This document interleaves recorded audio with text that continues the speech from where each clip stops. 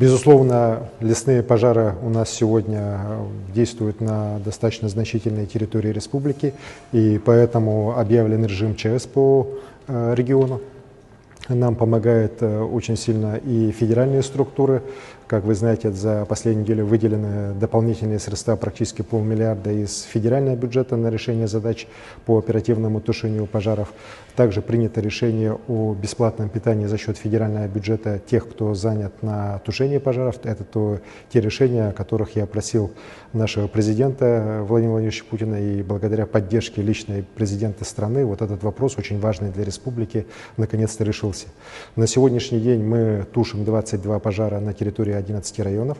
Особо серьезная у нас тяжелая ситуация на северо-востоке республики. Последние дни была напряженнейшая ситуация в районе села Хону Момского района, но вот благодаря, на самом деле, самоотверженной работе и оперативного штаба на месте, добровольцев, сил, переброшенных туда лесоохраны, удалось переломить ситуацию, и практически можно говорить о локализации пожара в районе Хону. Вместе с тем, рядом с территориями некоторых сел пожары еще продолжаются в Момском районе, поэтому вертолет Ми-8 с водосливным устройством МЧС, он оставлен пока на территории Момского района для дальнейшей работы. К сожалению, из-за сильной задымленности вчера он работать не смог. Мы надеемся все-таки, что работы в ближайшие сутки он сможет уже продолжить.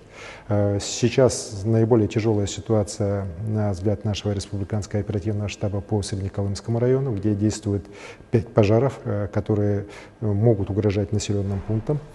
Сейчас принято решение о переброске дополнительных сил, в том числе и перегруппировке сил внутри района Среднеколымского. Так, аэромобильная группа МЧС России с села Ликюкел, которая в районе работала и где ситуация уже более-менее стабильная, будет перебрасываться в район села Сваты.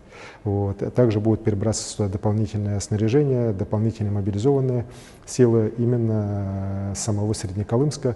Это будет все произведено в течение сегодняшнего дня. Ситуация по Свату, она лучше, чем вчера. Все-таки и понижение температуры сыграло свою роль, и снижение силы ветра. Вчера был очень сильный ветер, сегодня уже ветер стих, можно сказать, и температура значительно опустилась.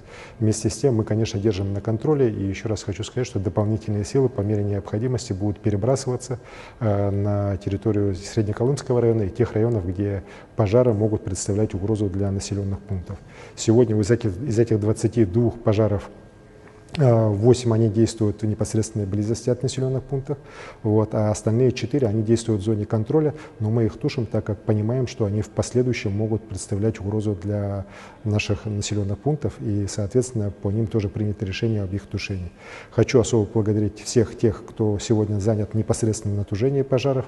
Это и силы, еще раз говорю, лесоохраны, и Якутлесресурса, это и добровольцы, мобилизованные жители ряда населенных пунктов. Благодаря их работе, еще раз хочу подчеркнуть, что на сегодняшний день непосредственной прямой угрозы и пожаров уже в самих населенных пунктах на их территории не допущено. И я уверен, что и в дальнейшем мы эту цель будем решать, и успешно.